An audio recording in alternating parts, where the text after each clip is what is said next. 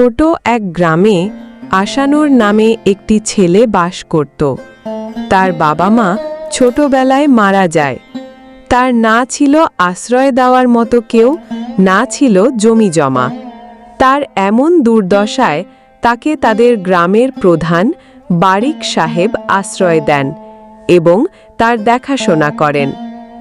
বারিক সাহেব একজন ভালো মনের মানুষ। তিনি আশানুর থাকার জন্য একটা বাড়িও করে দেন। এখন আশানুর বড় হয়েছে।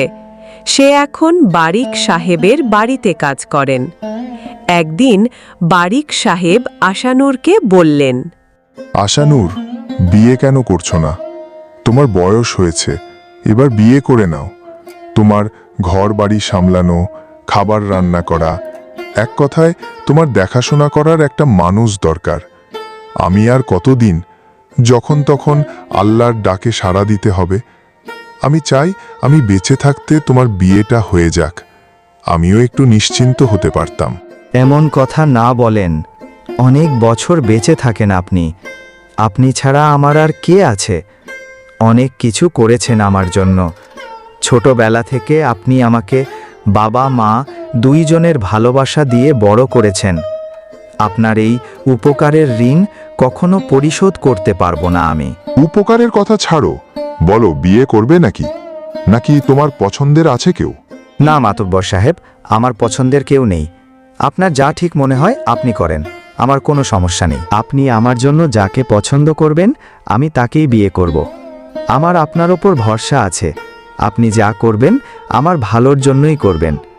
আমার বাবা নেই, আপনি আমার বাবা সমতুল্য। ঠিক আছে বাবা, আমার দেখা তোমার জন্য একটা ভালো মেয়ে আছে। আর তুমি বিয়ে খরচের বিষয়ে কোনো চিন্তা করো না, এটারই দায়িত্ব আমার। কেননা তুমি আমাকে তোমার বাবা বলেছ, তাই আমার কথাই মানতে হবে। হে মাতব্বর সাহেব, যা আপনার ঠিক মনে হয়। মাতবর সাহেবের একটা ছেলেও আছে যার নাম আদিল। তাদের সব কথা শুনছিল সে। আশানুর চলে যাওয়ার পর আদিল রেগে তার বাবার কাছে আসে আর বলে,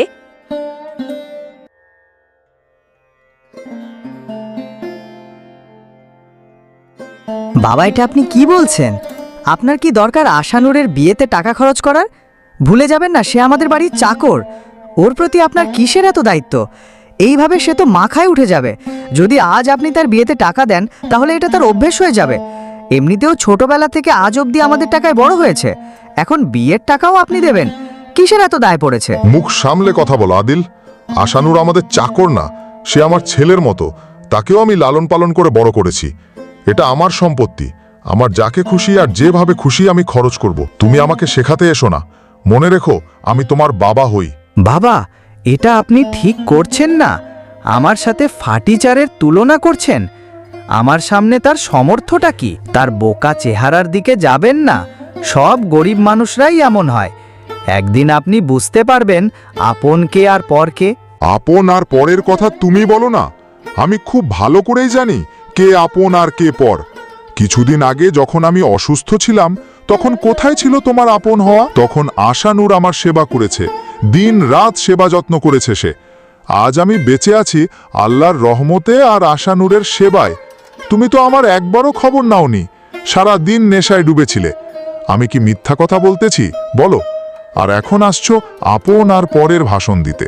চলে যাও এখান থেকে। লাগতেছে আশানুর আপনার উপর কোনো জাদু টোনা করে দিছে, যার কারণে আপনি আপনার ছেলেকে রেখে 2 টাকার চাকরের তরফদারি করতেছেন। আর আপনার বয়সও হয়ে গেছে। আপনার বয়সে মানুষ মারাও যায়। এখনই আপনি আপনার সব সম্পত্তি আমার নামে করে দিন, নয়তোবা আপনি এগুলো সব দান করে বরবাদ করে দিবেন, আর আমার জন্য কিছুই থাকবে না। যতদিন আমি বেঁচে আছি তোমার হাতে কোনো কিছু দিচ্ছি না আমার নাম খারাপ করার জন্য। অনেক কষ্ট করে টাকা পয়সা উপার্জন করেছি, সমাজে আমার অনেক সম্মান আছে। তুমি আমার সম্মান মাটিতে মিশিয়ে দিতে চাইতেছো। যাও, যদি সম্পত্তি চাও তাহলে তার উপযুক্ত হয়ে আসো, তারপর এসব বিষয়ে কথা বলবো। যদি আল্লাহ তোমার জায়গায় আশানুরের মতো ছেলে দিত আমাকে। আর কোনো কথা না বলে আদিল সেখান থেকে চলে যায়। কিছু সময় পর আদিল তার এক বন্ধুর কাছে যায়। এই গরিব আশানুরের কিছু করতে হবে। 2 টাকার চাকর আমার স্থান নেওয়ার চেষ্টা করছে। এটার কথা তো বাদ দিলাম, যখন নিজের বাবাই হাত ছেড়ে দেয় তখন আর কি করা। আমার স্থান আশানুরকে দিতে চায়। এই অপমান আমি কখনো ভুলব না। সময় আসলে দুইজনকেই শিক্ষা দেব। এখন আর কি করা, তাহলে সময়ের অপেক্ষা কর।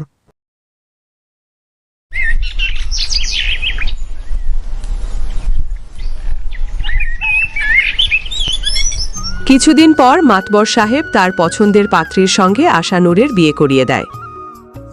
সত্যি আশা, তুমি আসাতে আমার জীবন একদম বদলে গেছে। এতদিন আমি আমার সব কাজ করতাম, খাবার রান্না, কাপড় ধোয়া। এখন সব তুমিই সামলে নাও। আর তুমি আসাতে আমার আর একা থাকতে হয় না। বাবা মা তো ছোটবেলায় মারা গেছে। এরপর মাতব্বর সাহেব আমাকে আশ্রয় দিয়েছে। উনি আমার জন্য অনেক কিছু করেছে। উনার ঋণ আমি কখনো পরিশোধ করতে পারবো না। আর আজ আমি তোমাকেও তার জন্যই পেয়েছি। তিনি আমার কাছে আমার বাবার থেকে কম নন। এই কথা তুমিও মনে রাখবে আর মাতব্বর সাহেবকে শ্রদ্ধা আর সম্মান করবে। অবশ্যই আমি আপনার কথা রাখব। মাতব্বর চাচা একজন ভালো মনের মানুষ। এখনকার সমাজে এমন মানুষ পাওয়া কঠিন। আমি সব সময় ওনাকে শ্রদ্ধা আর সম্মান করব। এইভাবে সুখে শান্তিতে কাটতে থাকে তাদের দিন। একদিন আদিল মাতব্বর সাহেবকে বলে, বাবা, আমার 10,000 টাকা লাগবে। এতগুলো টাকা কেন দরকার? কি করবে তুমি 10,000 টাকা দিয়ে? এটা আমি আপনাকে বলতে পারবো না। আপনি আমাকে টাকাটা দিয়ে দিন। বুঝতে পারছি আমি, টাকা দিয়ে নেশা আর জুয়া খেলবে তুমি। কেননা এখন অবধি এটাই করে আসছো। ভালো হয়ে যাও আদিল, এখনো সময় আছে। এসব খারাপ অভ্যাস বাদ দাও, এগুলোতে শুধু তোমার জীবন নষ্ট হবে। আমি আপনার কাছে টাকা চেয়েছি, জ্ঞান না। আমার যা মন চায় আমি তাই করব। এসব টাকা পয়সা তো আমারই, কারণ আমিই আপনার একমাত্র উত্তরাধিকারী। আমার যেখানে মন চায় আমি খরচ করব। তাই আপনি আপনার উপদেশ আপনার কাছে রাখুন আর আমাকে টাকা দিন। বেয়াদব, বাবার সাথে কিভাবে কথা বলতে হয় সেটাও জানো না তুমি। দিন দিন আরো খারাপ হয়ে যাচ্ছ। যদি কোনো ভালো কাজের জন্য চাইতে আমি দিয়ে দিতাম। এখন আমি 1 টাকাও দিব না। এই টাকা পয়সা আমি অনেক কষ্ট করে উপার্জন করেছি। এগুলো জুয়া আর নেশায় উড়ানোর জন্য নয়। চলে যাও আমার চোখের সামনে থেকে। তোমাকে দেওয়ার মতো একটি টাকাও নেই আমার কাছে। বাহ, আমার জন্য আপনার কাছে টাকা নেই, কিন্তু গরিব আশানুরের বিয়েতে ওড়ানোর জন্য আপনার কাছে অনেক টাকা ছিল। এটা আপনি একদম ঠিক করছেন না। আরেকবার ভেবে দেখেন, নয়তোবা ভালো হবে না। থামো, তুমি আমাকে ধমকি দিচ্ছ? কিসের টাকা পয়সা? এখন পর্যন্ত তুমি 1 টাকা উপার্জন করনি। ছোটবেলা থেকেই তোমার সব ইচ্ছে পূরণ করেছি, অনেক আদর যত্নে বড় করেছি। হয়তোবা এটাই আমার ভুল ছিল। যাও, আমার চোখের সামনে থেকে চলে যাও। আদিল সেখান থেকে রাগ করে চলে যায়। কিছু সময় পর আশানুর আসে আর মাতব্বর সাহেবকে চিন্তিত দেখে বলে, কি হয়েছে মাতব্বর সাহেব? আপনাকে খুব চিন্তিত দেখা যাচ্ছে। আর বলো না, আদিল আমাকে পাগল করে দিচ্ছে। দিন দিন বাজে ছেলেদের সাথে মিশে আরও বদমেজাজি হয়ে যাচ্ছে। আমার ওকে নিয়ে অনেক চিন্তা হচ্ছে। ভালো মন্দের তফাৎ ভুলে গেছে সে। জানি না ছেলেটার কি হবে। আপনি চিন্তা করবেন না, সব ঠিক হয়ে যাবে। আপনি ছোট মাতব্বর সাহেবের সাথে ভালোবাসা দিয়ে কথা বলে তাকে বুঝিয়ে দেবেন। সে বুঝে যাবে। সে মনের দিক থেকে খারাপ নয়। না বাবা আশানুর, তুমি জানো না, এখন সে আয়ত্তের বাইরে চলে গেছে। এখন সে কথায় মানবে না। তার জন্য কঠোর ব্যবস্থা নিতে হবে। এইদিকে আদিল খুব রেগে থাকে আর ভাবে, আমিও দেখি কিভাবে টাকা নিতে হয়। আমার যে কোনো উপায়ে টাকা চাই। এটার জন্য আমাকে যা করতে হয় আমি করব। যদি ঘি সোজা আঙ্গুলে না ওঠে তাহলে আমাকে আঙ্গুল বাঁকা করতে হবে।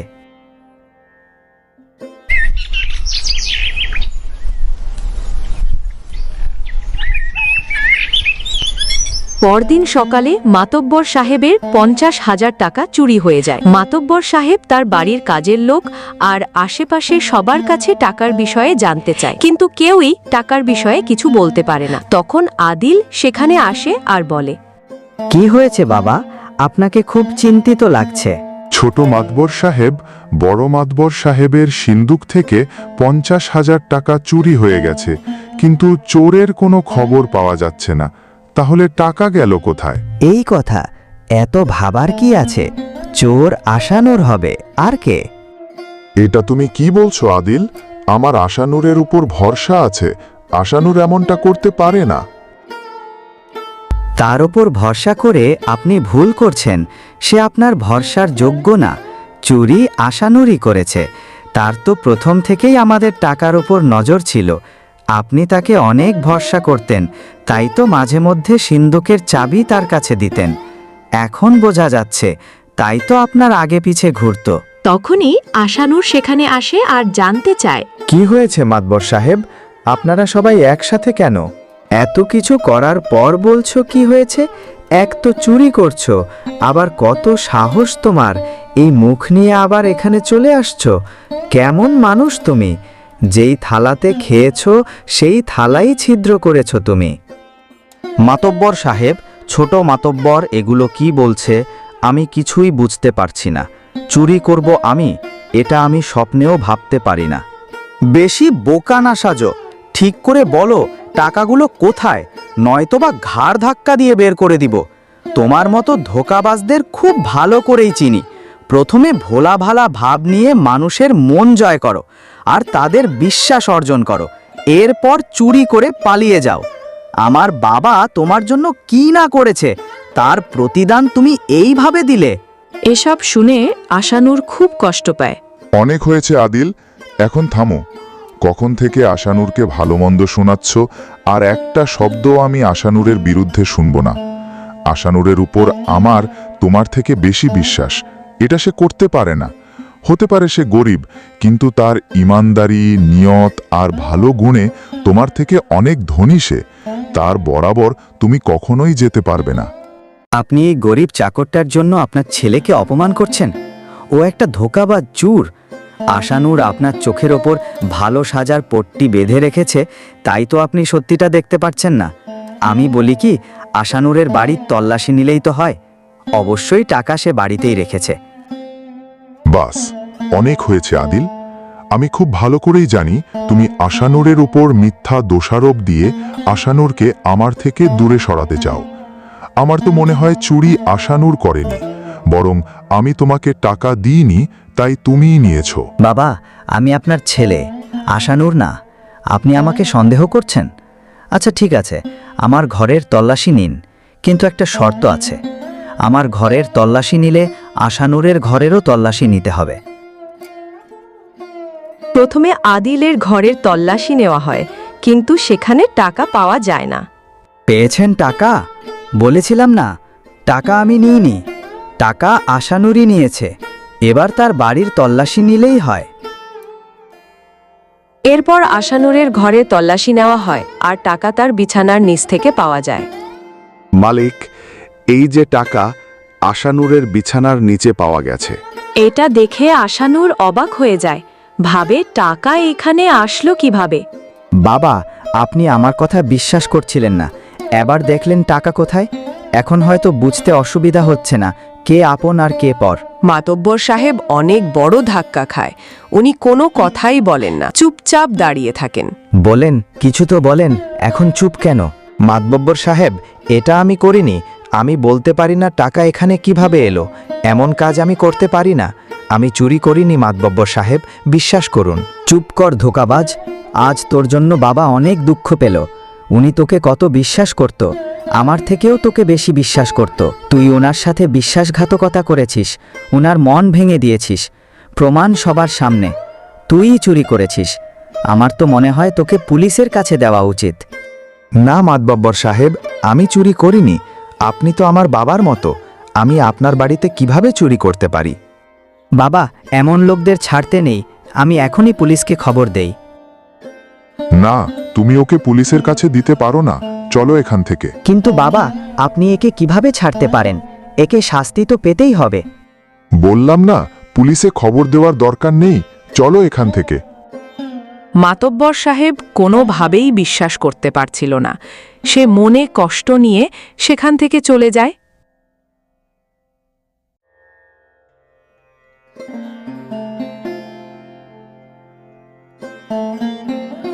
আশা, এটা কি হয়ে গেল? আমার অজান্তেই আজ আমি আমার বাবার স্থানে বসানো মাতব্বর সাহেবকে কষ্ট দিলাম। উনি হয়তো অনেক বেশি কষ্ট পাচ্ছে। এটাতে আপনার কোনো দোষ নেই, কিন্তু এই টাকা কে কখন আমাদের বাড়িতে রেখে গেল আমরা তো কিছুই বুঝতে পারলাম না। এই কাজটা আপনাকে ফাঁসানোর জন্য করা হয়েছে। কি করে বলবো আশা, এটা কে করেছে? আমার এখন মাতব্বর সাহেবকে নিয়ে চিন্তা হচ্ছে। উনি না জানি কি ভাবছে আমার সম্পর্কে। আমার ওনার সাথে কথা বলা দরকার। আমার কথা শুনুন, এখন আপনার যাওয়া ঠিক হবে না। দেখলেন না, আপনার কথা কেউ বিশ্বাস করেনি, এমনকি মাতব্বর চাচাও না। উনি কিছু না বলেই চলে গেলেন। মাতব্বর সাহেব এতে কোনো দোষ নেই, উনার মন ভেঙে গেছে। আমি চুরি করিনি, কিন্তু সবার সামনে টাকা আমার ঘরেই পাওয়া গেছে। বুঝতে পারছি না নিজেকে কিভাবে নির্দোষ প্রমাণ করব। এখন কারোর সাথে কথা বলতে হবে না। কিছুদিন পর কথা বলে একটা সমাধান করা যাবে। পরিস্থিতি একটু ঠান্ডা হোক।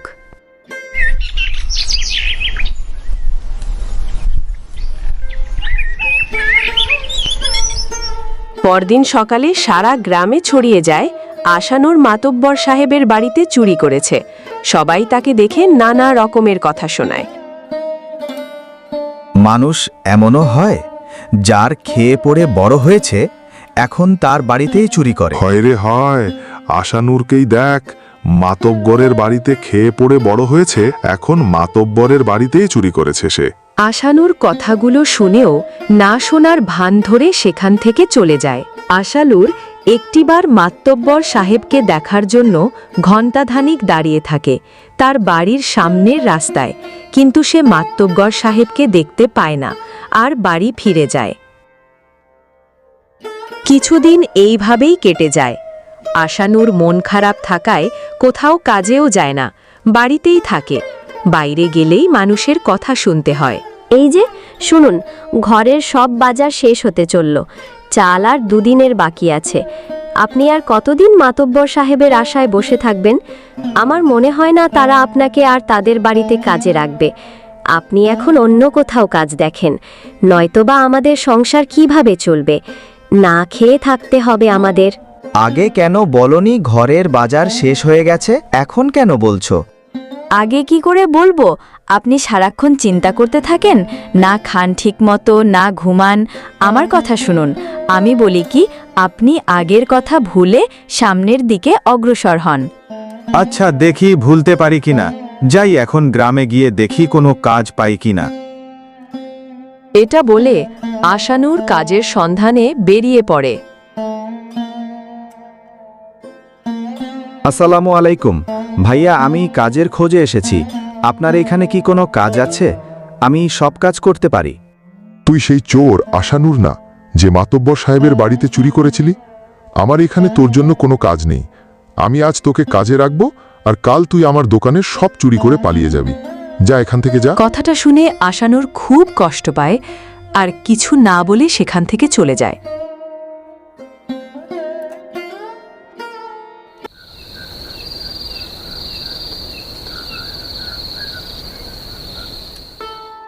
পরের দিন সে হালিম সাহেবের কাছে কাজের জন্য যায়, আর হালিম সাহেব তাকে কাজ দিতে রাজি হয়ে যায়।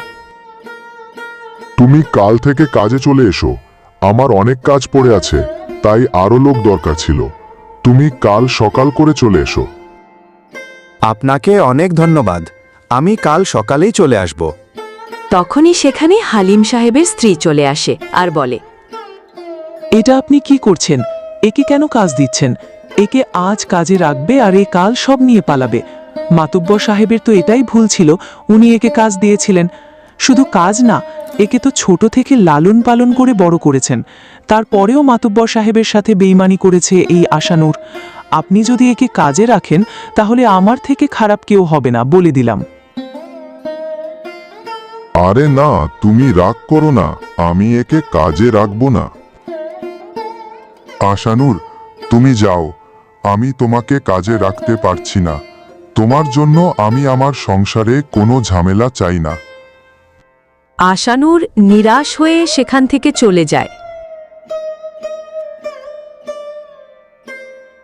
এইদিকে গ্রামের সব মহিলারাও আশানুরের বউ আশাকে অনেক কথা শোনায়। আরে দেখো, এটা আশানুর চোরের বউ না? আমি তো শুনেছি এরা দুইজনে এতদিন সহজ সরল সেজে মাতব্বর সাহেবকে তাদের জালে ফাঁসিয়ে রেখেছে। দেখো, সত্যি বেশি দিন লুকিয়ে থাকে না, একদম সবার সামনে এদের ঘর থেকে টাকা পাওয়া গেছে। এগুলো শুনে আশার খুব খারাপ লাগে, আর সে অনেক কষ্টও পায়। তার সম্পূর্ণ বিশ্বাস আছে আশানুরের ওপর। সে এমন কাজ কখনো করতে পারে না। তাদের কথার কোনো উত্তর না দিয়ে সে বাড়িতে চলে যায়। বাড়িতে গিয়ে দেখে আশানুরও ফিরে এসেছে। আপনি তো কাজের খোঁজে গিয়েছিলেন, কাজ পেলেন? একটা কাজের খুব দরকার। যেখানে কাজ দেখতে গিয়েছিলাম সেখানে কোনো কাজ পাইনি। কালকে আবার অন্য কোথাও দেখব। তুমি চিন্তা করো না, একটা না একটা ব্যবস্থা হবেই। তুমি তো সবজি আনতে গিয়েছিলে, সবজি তো দেখছি না। সবজি? বাবা, সবজির যেই দাম, আমি শুনে চলে এসেছি। ভাবলাম আজ ডাল ভাত রান্না করি, আর আমাদের কাছে বেশি টাকাও নেই। আপনি যতদিন কাজ না পান ততদিন এই টাকাই অল্প অল্প করে খরচ করে চলতে হবে আমাদের। দুইজনের কাছেই এলাকাবাসীর কথা লুকিয়ে রাখে। তখনই একজন লোক আসে আর বলে, হালিম সাহেব আপনাকে আজ এখন থেকেই কাজে রেখেছে আর আমার সাথে যেতে বলেছে। আল্লাহর রহমতে কাজ পেয়ে গেলাম। আশা, আমি যাই, তুমি সাবধানে থেকো। ঠিক আছে, যান, সাবধানে কাজ করবেন আর সময় করে দুপুরে খাবার খেয়ে যাবেন। আশানুর লোকটির সাথে রওনা দেয় কাজের উদ্দেশ্যে। সারাদিন কাজের পর হালিম সাহেব তার পারিশ্রমিক দিয়ে দেয় তাকে। তুমি খুব ভালো কাজ করেছো, কাল থেকে সময় মতো কাজে চলে এসো। আপনাকে অনেক ধন্যবাদ মালিক। আজ আপনি আমাকে কাজ না দিলে আমাদের না খেয়ে থাকতে হতো। আজ আসি আমি, কাল সময় মতো কাজে চলে আসব। আশানুর খুশি মনে বাড়িতে চলে যায়। এইদিকে হালিম সাহেব মাতব্বর সাহেবের বাড়িতে যায় তার সাথে কথা বলতে, কেননা মাতব্বর সাহেবের কথাতেই তিনি আশানুরকে কাজে রাখেন। বন্ধু, আমি তোর কথা মতো আশানুরকে কাজে রেখেছি আর তার আজকের পারিশ্রমিকও দিয়েছি। তুই না বললে তোর ভাবিকে কোনোভাবেই রাজি করাতে পারতাম না। বন্ধু, তোর এই উপকার আমি কখনো ভুলতে পারবো না। তোকে অনেক ধন্যবাদ। ধন্যবাদ দেওয়ার কিছু নেই বন্ধু, আমারও ভালো লাগতেছে তোর এই ছোট কাজটা করতে পেরে। আজ আসি, আবার পরে দেখা হবে। হালিম সাহেব সেখান থেকে চলে যায়। কোনোভাবে আদিল জানতে পেরে যায় যে আশানুর হালিম সাহেবের বাড়িতে কাজ করে, আর তাই সে তার চাকরের সাথে মিলে একটা বুদ্ধি বের করে। শুনলাম চাকর আশানুর নাকি হালিম চাচার বাড়িতে কাজ করে। এখন তোকে একটা কাজ করতে হবে। যেইভাবে বাবার ঘর থেকে টাকা নিয়ে আশানুরের বাড়িতে রেখে এসেছিলি, ঠিক সেইভাবে হালিম চাচার বউয়ের যে কোনো একটা গয়না নিয়ে আশানুরের বাড়িতে রেখে আসবি, আর কাজটা একটু সাবধানে করবি। এবার আরও বেশি টাকা দিব তোকে। ঠিক আছে ছোট মালিক, আপনি যা বলবেন তাই হবে। মাতব্বর সাহেব তাদের এই সব কথা শুনে ফেলে আর বলে, আচ্ছা, তাহলে এই কথা। ছিছি, আমার ভাবতেও লজ্জা লাগছে তুমি আমার ছেলে।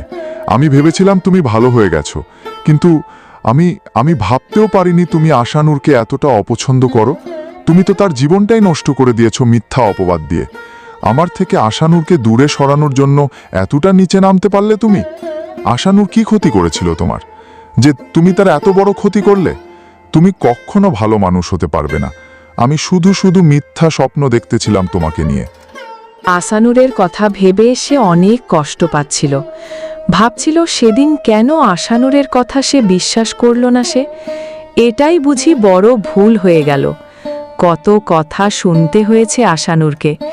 এগুলো ভেবে মাতব্বর সাহেব একটা সিদ্ধান্ত নেয় এবং এলাকাবাসীকে তার বাড়িতে আসতে বলে আর আশানুরকেও আসতে বলে।